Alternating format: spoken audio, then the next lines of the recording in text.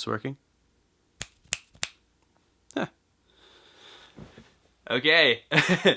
Guys, it is Corbin Stuckey at PixelTalk here. I know it's been an incredibly long time since I've made a video. There's a lot I have to explain for. First of all, just want to say I'm sorry. It's been over 2 months since I've made a video on this channel. Usually when I don't make a video on this channel, it's because something personal has happened in my life. Nothing like that. I was actually just in New York for 2 months. I got a job at a summer camp as a digital media director. So I was doing photos and videos for this camp, and I just couldn't make videos. I wasn't even near my house. And then I got back in mid-August, and I got sick, and I didn't want to make a video. So finally the time has come where I'm good, I'm back home, I'm well, and I wanted to make a video. And I just wanted to apologize. I should have made a video before I left for New York, but yeah. I just got so sidetracked. I had to get to my plane on time. Just didn't have time. But now I'm back. Hopefully I can make more videos for you guys. There's a lot of movies that I've seen since I've been back, and there was only like 2 movies that I saw when I was in New York. That's how busy I was. I only saw like 2 movies in that 2-month span. So I got back, and I've been trying to see all the movies that I wanted to see while I was gone. It was so frustrating. But now I'm back, and now I just want to talk about this movie I've been looking forward to. It Chapter 2. The first It was my favorite movie of 2017. I think it's probably one of my favorite horror movies of all time now, or at least my favorite modern horror movie. Really enjoyed the first It. I think it had great child performances, and I was really excited to see It Chapter 2 because of me knowing the background of the book and the original TV series, that this actually revolves around these adults who are having PTSD due to this clown that, like, kind of harassed them when they were kids. And I knew where this was going. Even when the first movie came out, I was like, okay, they're definitely going to be making a second film. And I was just really interested to see where this could go. And I was a little skeptical at first because I really enjoyed the child performances in the first film. And I was kind of worried. Really liked this film. Really, really liked it. It's not as good as the first one. I really hold the first one to a high regard because of those child performances. But this one, in its own rank, is really, really good. The casting is amazing. They did a really good job in terms of casting these adult versions of these kids. And I just really enjoyed this sequel. I think it's a really good sequel. In terms of it trying to take a lot of the stuff that was in the book, I'm a little 50-50 on that. They took some stuff that wasn't in the original TV miniseries that they added into this film that was actually in the book. They actually added the hate crime that happens in the second chapter of the book. So it was pretty obvious that they were wanting to add stuff that was in the book that they didn't add to the original TV miniseries. And I really liked how they did that, and they also didn't add the unnecessary stuff that was in the book that could have tarnished the movie. However, there is stuff that I really wish that they would have gone more in depth with, but we can get into that later on in this review. I want to talk about the positives real quick. The first thing I want to get out of the way is Bill Hader as Richie.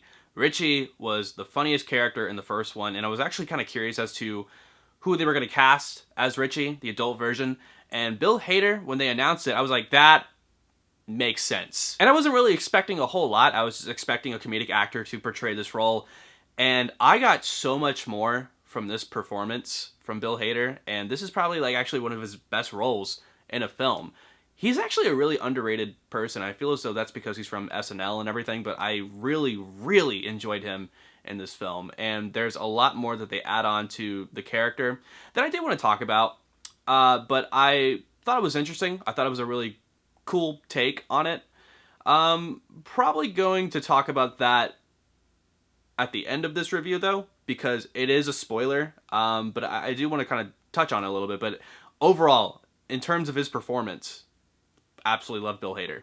Best movie he's been in. We've also got Jessica Chastain and James McAvoy, who are A-list actors who are portraying these roles of Bill and Beverly. You can't really go wrong with them, actually. They're just really good actors, and they're just doing kind of like their job in terms of portraying these adult versions of these kids. They did a good job as well, but I feel as though you just kind of expect that from them. It's Bill Hader and one other guy that I really want to talk about that impressed me. James Ransone, or James Ransone, I'm sorry if I'm pronouncing that wrong, from the Sinister movies. I was so happy to find out that he was the adult version of Eddie in this film. I thought that was perfect casting. I would have never thought of that in a million years, but he looks like that kid. And he even did an amazing job in terms of performing this guy who he worries all the time. He's worrying about, like, you know, germs, and the way that he reacts is so close to that kid in that original film, and I just really, really appreciated that. I always liked him. I think he was one of my favorite parts in the Sinister movies, but so good. The actors who are supposed to be just secondary in this film are the ones who absolutely shine. They took these roles that were established in the first films and made them just better and added on to these characters, and I really just appreciated how they shined a light on actors that aren't necessarily known or just appreciated enough, and they did an amazing job in this. And of course, I've got to mention this, even though nothing has changed, Bill Skarsgård as Pennywise the Dancing Clown. Terrifying. Just terrifying. Really enjoyed his performance once again, as he's just messing with these people, and it's bringing back horrible memories. I really appreciated the fact that they didn't change the character. Why would they? He's awesome in the first place. And I just... God, this guy is terrifying. There are times in the film where I'm laughing hysterically, but I have a dark sense of humor, and what is happening on the screen is terrifying to other people. But oh my God, just love this performance overall. I just love how, like, it's terrifying. But yes, absolutely love this film. I love the first one a little bit more. And let's talk about the negatives of the second one. These are just nitpicks, but these are things that I really want to talk about. So as I said, this film tries to add a little bit more from the novel and also cuts out things that might be unnecessary for the movie's sake. So as we all know, Mike calls up all the members of the Losers Club and tells them that Pennywise has returned and they need to come back to Maine to stop this thing. What I really liked about the original TV miniseries, and, you know, obviously they had enough time to do this, the TV miniseries is 4 hours long, and it really shows the reaction of everybody receiving these phone calls and how they interpret this information and how they respond. And some of them don't actually go back to this town because it affected them so much as kids. But I really liked how it took the time to actually showcase how these people reacted to this information. In this film, I really feel like they trimmed a lot of parts. It's Warner Brothers, of course, and I understand that this is a film that's very limited in its time frame, but the fact that you guys decided to take the book and divide it into 2 movies, I would have expected this movie to take the time to showcase those scenes that I was really looking forward to, how these characters in their adult forms were to take this information and how to interpret it. That's the one part that I was actually very disappointed in, was I just wanted to see how they all reacted to this information. It's all just very short, and it cuts to numerous different people after we see just one glimpse of how they react. And I just wanted to see how all the conversations took place in full discussion. Maybe we'll receive an extended cut of this film. I don't know. I'd hope so.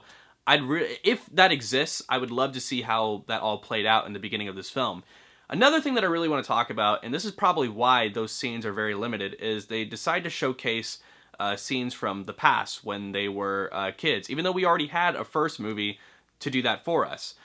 This movie decides to showcase what happens after the kids get into a fight and they disband and everything. To give you a little bit more information, this film was filmed right after the first one, because the first one was so successful, but they didn't know if they wanted to go that route at first. And unfortunately, the kid actors from the first one had aged dramatically. So in this film, they decided that they were going to be using CGI to portray these kids younger. For some actors in this film, it works. It's not really noticeable.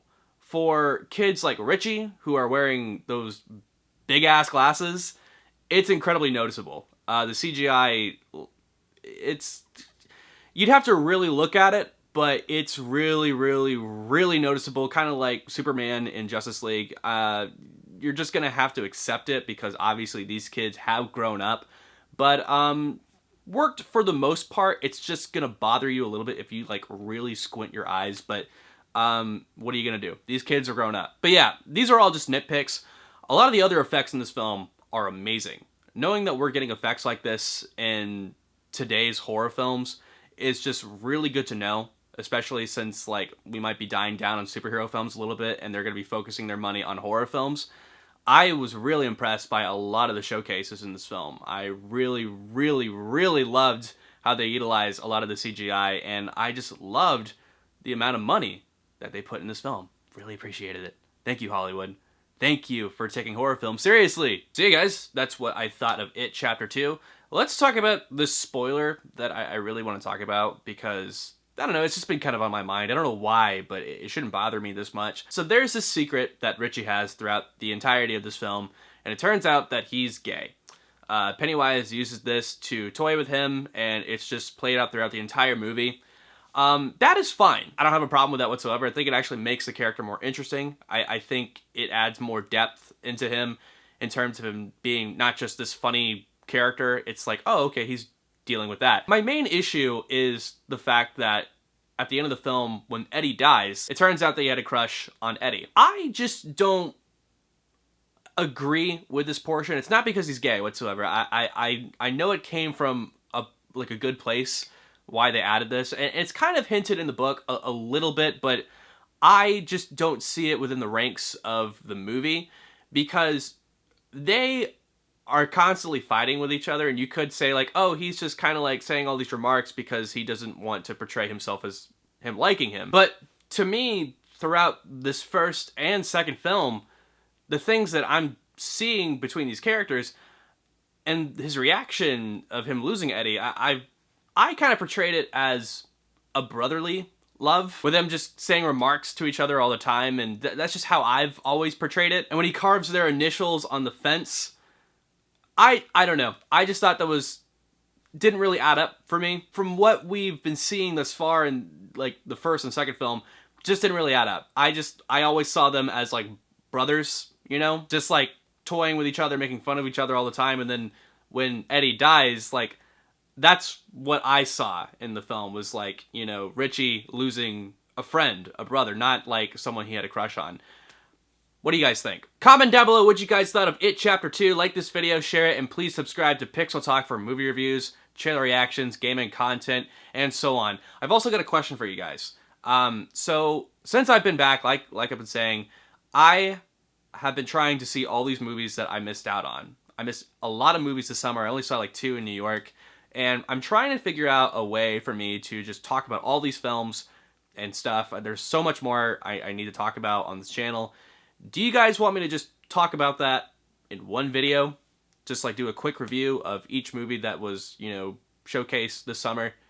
Let me know in the comments down below. I'm trying to figure out the best solution for this, because there's a lot of movies that I want to talk about, and I need to talk about them, guys. Thank you guys so much. Just let me know what you think in the comments below. I am Corbett Stuckey, and this is Pixel Talk.